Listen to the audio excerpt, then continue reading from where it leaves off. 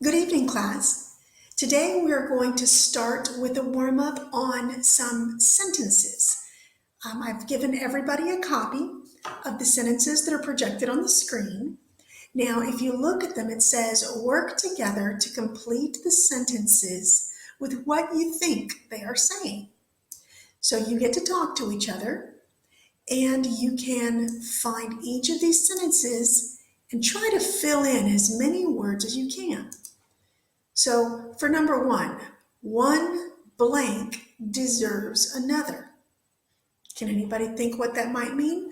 Some of these you may have heard before, some of them not, maybe not. So go ahead and spend 5 minutes trying your very best, working together to try to get this filled out. Okay, your 5 minutes are up. Now, how many? What was the most? Count the ones you filled out and tell me who got more than one. Okay, great. Everybody got more than one. Good. Who got more than two? Oh, a couple of hands went down, but still a lot of people. Who got more than three? Ooh, half of you only. And who got more than four? Oh, just two people. All right, now you're going to keep filling them out, but here are the words that go in there. And here's a tip. You see how some of those words are capitalized? Where do we use capital letters in a sentence if it's not someone's name or something's name? We use it at the beginning of the sentence. That's correct. So I see a couple of capitalized words on your screen. Where do you think those go? You have 5 more minutes.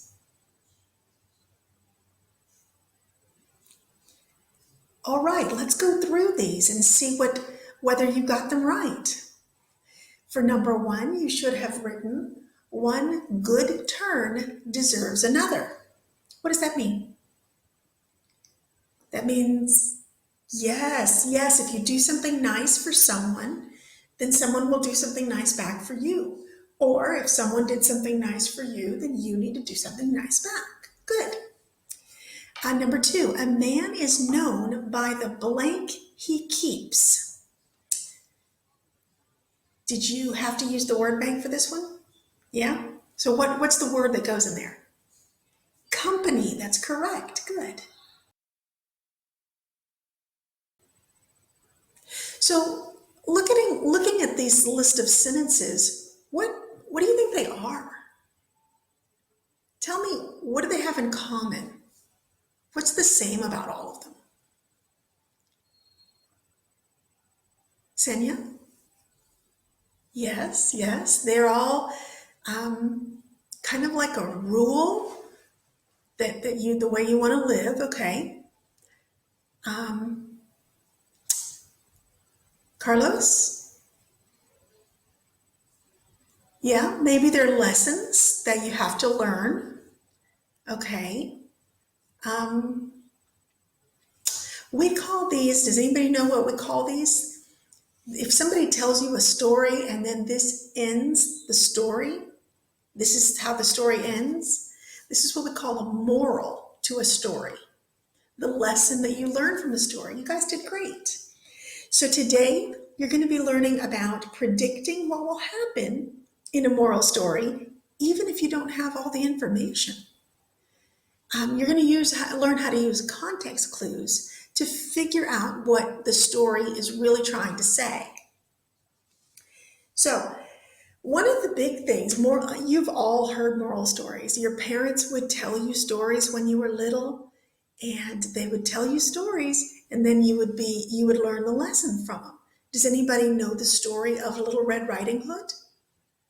I don't know what it's called in your culture. The one with the little girl with the red hood, and she goes into the forest to give some basket of food to her sick grandmother, but she meets and listens to a wolf, and the wolf is trying to hurt her, but she doesn't realize it.